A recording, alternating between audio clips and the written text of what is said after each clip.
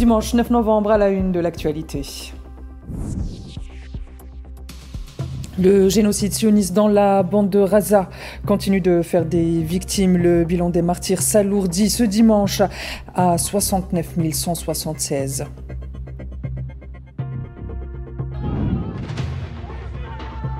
Et en Cisjordanie occupée, où des colons sionistes continuent d'attaquer des agriculteurs palestiniens qui tentent de récolter des olives, mais en vain.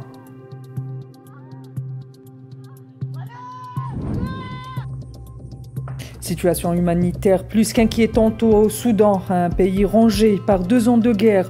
L'ONU appelle les belligérants à dialoguer autour d'une table.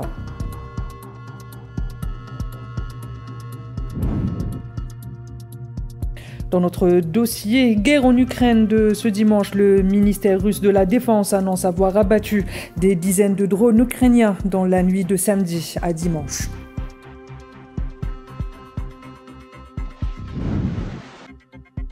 Amnesty International épingle la France et l'accuse d'adopter un système de carte de séjour dysfonctionnel et discriminatoire. L'ONG explique comment la France a réussi à fabriquer les disparités et les parités entre des travailleurs étrangers.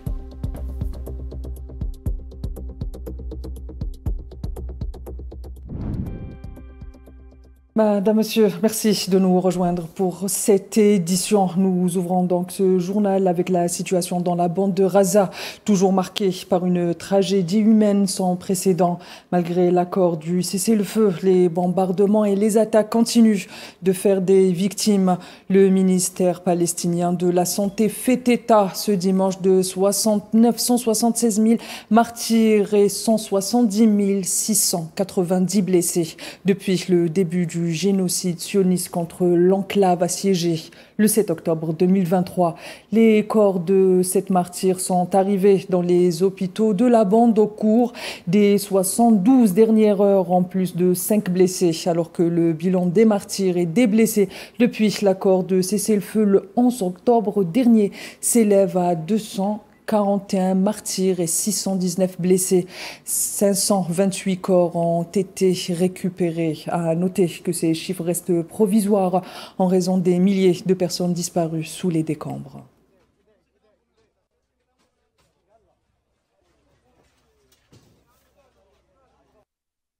Et dans ce contexte d'agression génocidaire persistant, les attaques de l'occupation sioniste se poursuivent dans plusieurs régions de la bande de Gaza. À Khan Younes, au sud du territoire, un civil palestinien est tombé en martyr ce dimanche lors d'une frappe de drone visant la ville de Beni Souheila à l'est de la localité. L'agence de presse palestinienne Wafa a fait savoir que les forces d'occupation continuent de violer l'accord de cessez-le-feu en ouvrant le feu à l'est de Khan Younes, tandis que des navires de guerre sionistes bombardent les abords du port de Gaza et les zones orientales de Rafah.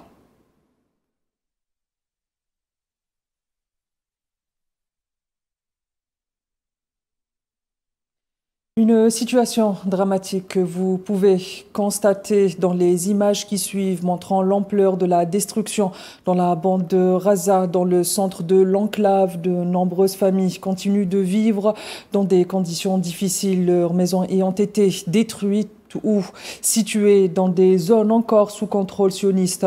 Les forces d'occupation qui continuent par ailleurs de contrôler l'aide humanitaire qui parvient à Gaza. Bien que des convois d'aide humanitaire aient pu entrer sur le territoire, les quantités restent insuffisantes pour couvrir les besoins essentiels des Palestiniens de l'enclave.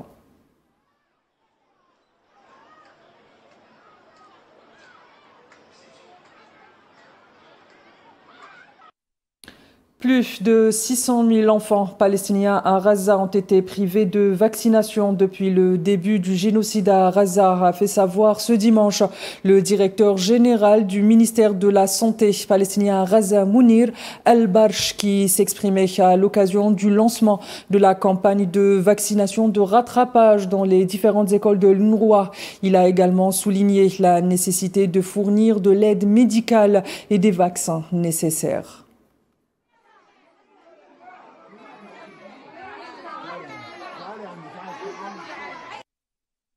Cette urgence sanitaire reflète largement la situation critique des Palestiniens exposés quotidiennement aux agressions et aux violences dans les territoires palestiniens occupés. Des colons sionistes ont attaqué samedi un groupe de villageois palestiniens, de militants et de journalistes réunis pour une tentative de récolte d'olives près d'un avant-poste de colons en Cisjordanie occupé. Selon des témoins, cette zone au sud de Naplouse est depuis plusieurs années le théâtre d'attaques de colons qui se sont intensifiées à travers toute la Cisjordanie occupée depuis le début du génocide à Gaza il y a plus de 2 ans.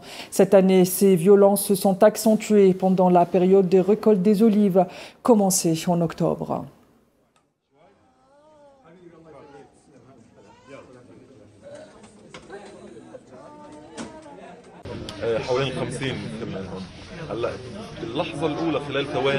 Il y avait une cinquantaine de colons. Pendant quelques secondes, j'ai entendu Ranin crier et une voix près de moi dire qu'ils avaient battu le journaliste. Je faisais des allers-retours. Les colons étaient à 1 mètre de moi. Ils étaient armés de bâtons et d'outils tranchants et tous étaient masqués. Je n'avais pas le choix. Si j'avançais, il y avait une cinquantaine de colons devant moi et derrière moi, une vallée, une zone accidentée. Je me suis retrouvée seule et tous les fermiers sont descendus. J'ai donc décidé de quitter les lieux. Pendant ce temps, ils nous jetaient des pierres, comme je n'avais jamais rien vu de pareil.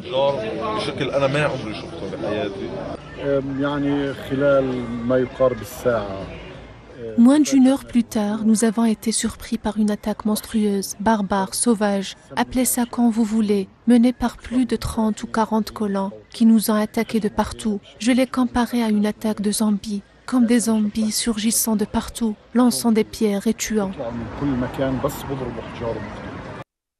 Ce dimanche, plus de 800 colons ont pris d'assaut les cours de la mosquée d'Al-Aqsa dans la vieille ville d'El-Quds occupée, a rapporté l'agence de presse palestinienne Wafa. Selon le gouvernorat d'El-Quds occupé, 833 colons se sont introduits par groupe dans l'enceinte de la mosquée, menant des marches provocatrices et exécutant des rituels talmudiques. Troisième lieu saint de l'islam, la mosquée d'Al-Aqsa subit quotidiennement des profanations de la part des colons et des soldats sionistes visant à judaïser la ville, imposer une nouvelle réalité et transformer l'identité culturelle de la ville sainte.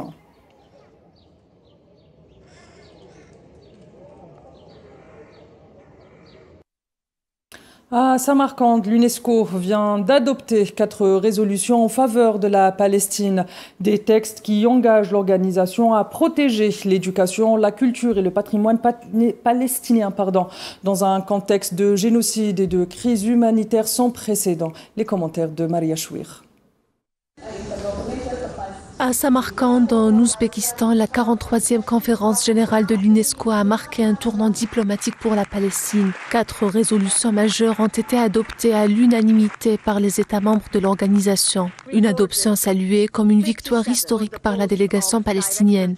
La première résolution met l'accent sur la situation dramatique dans la bande de Gaza. Elle prévoit un plan d'action urgent pour atténuer l'impact du génocide sur l'éducation et la culture. La deuxième résolution est consacrée à la protection du patrimoine culturel de la vieille ville occupée d'Al-Quds. Elle souligne la nécessité de sauvegarder les sites historiques menacés et de préserver l'identité culturelle de la ville. Les 2 autres textes portent sur le soutien aux institutions éducatives et culturelles dans les territoires palestiniens occupés, ainsi que sur la poursuite des programmes de l'UNRWA.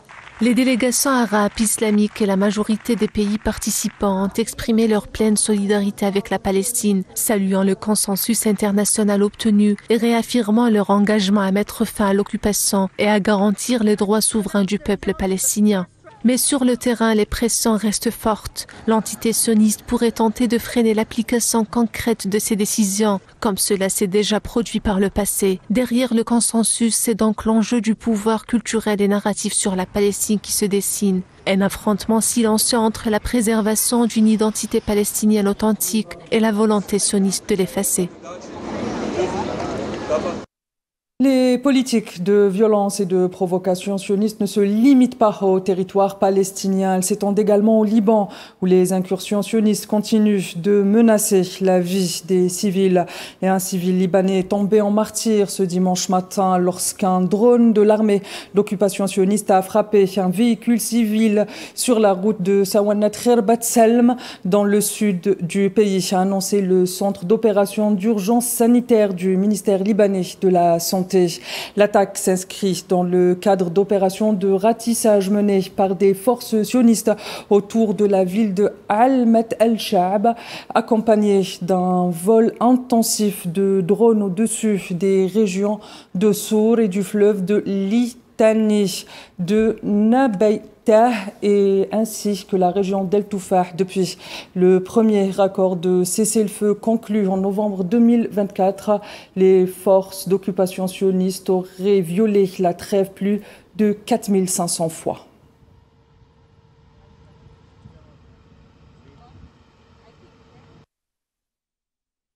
Voilà pour ce qui est des agressions sionistes, et on reste au Moyen-Orient, mais cette fois-ci dans un autre contexte.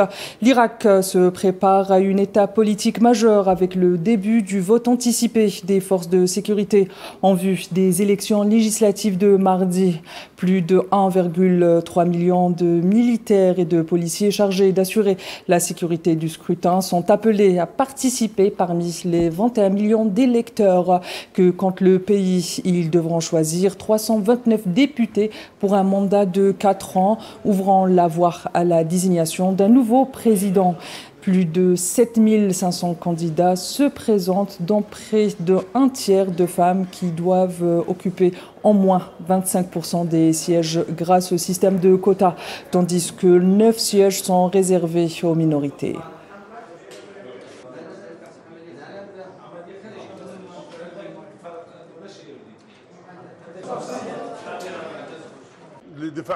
Notre conscience militaire et notre sens du devoir nous obligent à participer à cette élection. Il est de notre responsabilité d'apporter le changement et nous devons tous y participer. Si Dieu le veut, les forces de sécurité seront à la hauteur. Nous sommes tous frères et chacun viendra voter si Dieu le veut.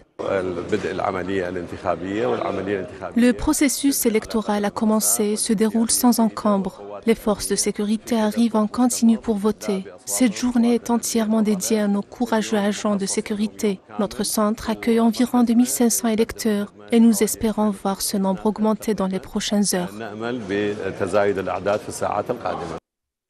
La solidarité internationale envers le peuple sahraoui se maintient avec constance direction l'Australie, où l'association australienne pour le Sahara occidental et le journal Green Left ont souligné leur soutien indéfectible aux droits du peuple sahraoui à l'autodétermination.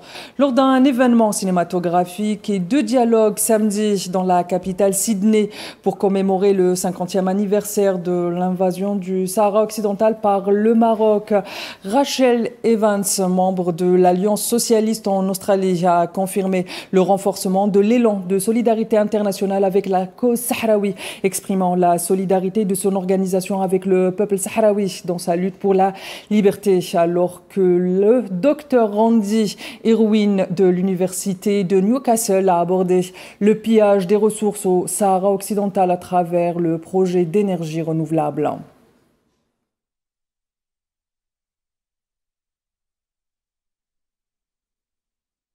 Le pillage des ressources sahraouies, justement, a fait l'objet d'une réunion à Victoria, capitale du Pays Basque, avec pour objectif la préparation du colloque annuel de la Commission des coordinations européennes pour la solidarité avec le peuple sahraoui, prévu cette année à Paris le 28 novembre. Les intervenants ont abordé l'exploitation continue de ressources naturelles du Sahara occidental par la Commission européenne et les violations commises à l'encontre du peuple sahraoui, tout en passant en revue les derniers développements de la question sahraoui, notamment à la lumière de la récente résolution du Conseil de sécurité et de son impact sur le processus de décolonisation qui doit permettre au peuple sahraoui d'exprimer librement par un référendum équitable conformément aux décisions des cours internationales et aux résolutions de la communauté internationale.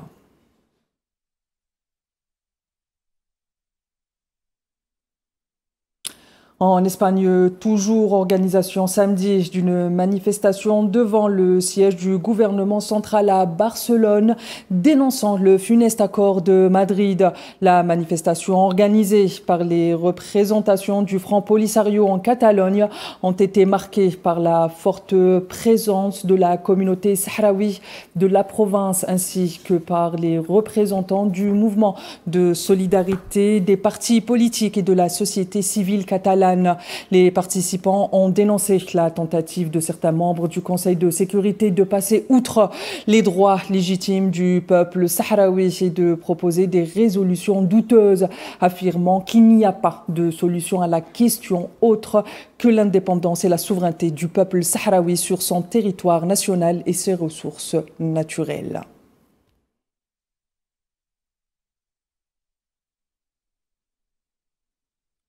Je vous le disais en titre dans le dossier soudanais, la situation humanitaire dans certaines régions du pays demeure préoccupante en raison de la poursuite des violences et de l'augmentation du nombre de victimes parmi les civils et les travailleurs humanitaires. L'ONU a appelé les parties belligérantes à s'asseoir autour d'une table pour trouver une issue à la crise en cours depuis avril 2023.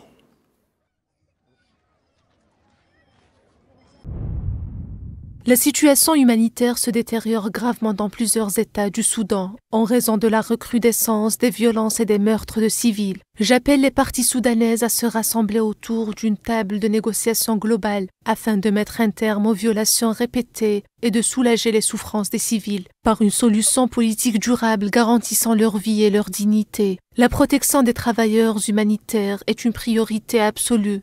Faire preuve de laxisme envers les auteurs de ces crimes compromet les efforts visant à sauver des vies et entrave l'acheminement de l'aide aux populations assiégées. J'appelle à des mesures fermes, notamment la poursuite des auteurs d'attaques contre les travailleurs humanitaires, car l'impunité encourage davantage d'abus. Et le général Abdel Fattah al-Burhan, le président de la transition soudanaise, s'est rendu samedi dans un camp de déplacés accueillant des personnes ayant fui la ville d'El Fasher après la prise de contrôle par les forces de soutien rapide. À son arrivée, al-Burhan a été accueilli par les milliers de déplacés qui peuplent ce camp. Ils sont des milliers de civils soudanais à avoir fui vers des camps surpeuplés pour échapper aux atrocités commises par les forces de soutien rapide depuis la prise d'El Fasher dans la région occidentale du Darfour.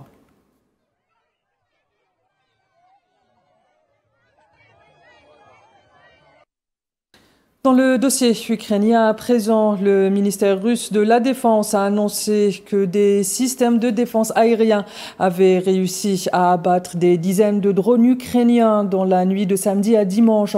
Dans un communiqué sur Telegram, la défense russe a confirmé que son système de défense aérien avait réussi à abattre et détruire 44 drones ukrainiens au-dessus de plusieurs régions du pays.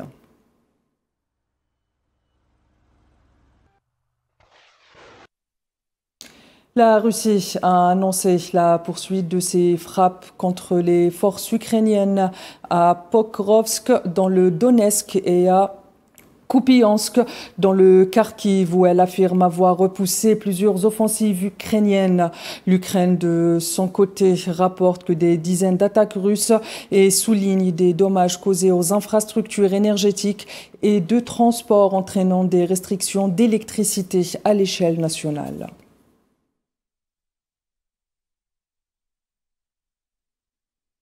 La Grande-Bretagne a envoyé dimanche des experts et du matériel en Belgique pour l'aider à lutter contre les observations perturbatrices de drones qui ont entraîné la fermeture temporaire de l'aéroport.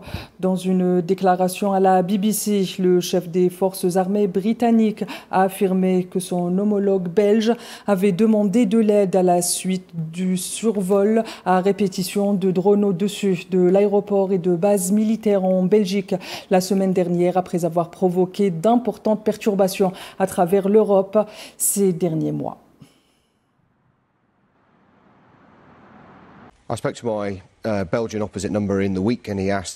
J'ai parlé cette semaine à mon homologue belge qui m'a demandé si nous étions prêts à les soutenir. Le ministre de la Défense et moi-même avons convenu en fin de semaine dernière de déployer du personnel et du matériel en Belgique pour les aider. Il est important de préciser que nous ignorons, et les Belges ignorent encore, l'origine de ces drones. Mais nous les aiderons en leur fournissant notre matériel et nos capacités, dont le déploiement a déjà commencé. Nous ignorons s'il s'agit d'attaques russes, mais des drones ont été aperçus au-dessus de leur base militaire, perturbant ainsi leur aérodrome. Le Royaume-Uni, aux côtés de ses 31 autres alliés de l'OTAN, s'efforcera de se soutenir mutuellement. C'est pourquoi le ministre de la Défense et moi-même sommes très heureux de voir du personnel militaire britannique déployé en Belgique. Je vous le disais en titre, c'est donc un rapport de plus de 100 pages publié le 5 novembre basé sur 27 entretiens avec des travailleurs immigrés en situation régulière et 39 analyses d'experts qu'Amnesty International tire la sonnette d'alarme. L'organisation dénonce la précarité dans laquelle vivent des milliers de travailleurs étrangers en France dont l'avenir dépend entièrement de leur titre de séjour. Le point avec Souila Akilal. Ces dernières années, la France connaît une montée fulgurante de l'extrême droite qui fait de l'immigration son pain béni. Il n'est pas un jour où on ne peut voir dans les médias des journalistes et des politiques cracher leur venin sur les étrangers qui, selon eux, sont la source de tous les problèmes de l'Hexagone. Mais ne dit-on pas que tel est pris qui croyait prendre? Cette même France s'est récemment faite épingler par Amnesty International. Un rapport cinglant a mis en exergue les atteintes aux droits que génère une politique de titre de séjour totalement dysfonctionnelle. Un système qui favorise l'exploitation au travail de milliers d'hommes et de femmes, issus majoritairement du Sud global, notamment d'Afrique, pourtant en situation régulière depuis des années. Le rapport revient sur la manière dont l'État français entretient une politique stigmatisante et raciste, favorisant la reproduction d'une forme d'exploitation de ces personnes le plus souvent racisées. Le document décrit les multiples formes d'exploitation dont peuvent être victimes les travailleurs immigrés, des employeurs profitant de la vulnérabilité de ces salariés, craignant toute sanction susceptible de compromettre le renouvellement de leur titre. La plupart des titres de séjour ont une validité d'une année. Les bénéficiaires doivent donc les renouveler fréquemment, au prix de procédures administratives pouvant s'étendre sur plusieurs mois, avec le risque de se retrouver en situation irrégulière, bien que leur demande soit en cours. L'État est également pointé du doigt pour la saturation de son administration. Le passage à la dématérialisation a, selon le rapport, aggravé la situation. Délais de traitement rallongés, perte de dossiers et basculement accru des travailleurs dans la précarité. Les politiques visant à durcir l'accès au titre de séjour, notamment depuis la loi du 26 janvier 2024, la montée des discours racistes au sein du gouvernement ne fait qu'aggraver la situation. Amnesty plaide pour une refonte complète du système et une durée minimale des 4 de séjour fixée à 4 ans. Un changement qui allègera les administrations, libérera les employeurs de lourdeurs administratives et permettra aux travailleurs de sortir d'un stress permanent. Shutdown de tous les records aux États-Unis. Des centaines de vols ont été annulés dans les aéroports américains en raison du blocage budgétaire qui s'étire et conduit les autorités à alléger le trafic aérien face à la pénurie d'aiguilleurs du ciel. Le point avec Amel Amzian-Zitouni. Dans le hall de l'aéroport national Reagan de Washington, l'inquiétude se lit sur les visages. Les voyageurs attendent leur vol, la boule au ventre, de crainte qu'ils soient annulés. L'administration Trump a décidé de réduire le nombre de vols dans les principaux aéroports en raison d'une pénurie de contrôleurs aériens due au blocage budgétaire. Les compagnies aériennes américaines se sont empressées jeudi 6 novembre de remanier leurs horaires. Ces réductions devraient toucher des centaines de milliers de voyageurs avec un préavis très court. Je trouve cette situation catastrophique. Elle a perturbé mes déplacements et je me suis réveillé ce matin sans savoir si je pourrais prendre mon vol pour la Californie. En plus, le site web de la compagnie aérienne était hors service. Je ne savais même pas si je devais me rendre à l'aéroport. Finalement, j'y suis et je suis soulagé que mon vol soit à l'heure.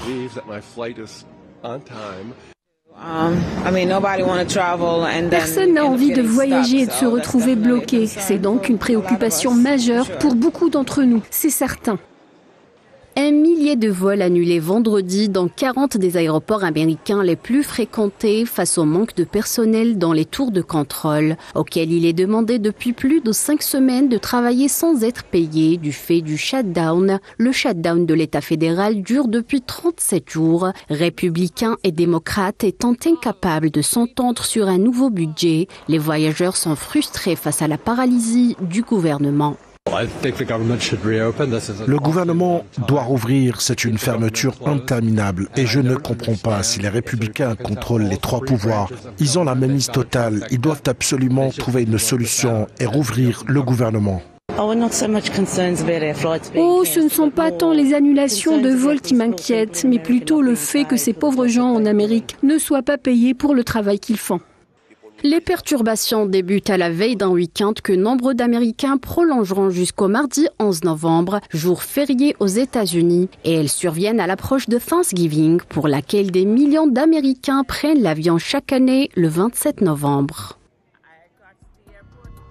Mesdames, Messieurs, c'est la fin de cette édition. Retrouvez dans un court instant l'échiquier international avec Karim Bouaziz.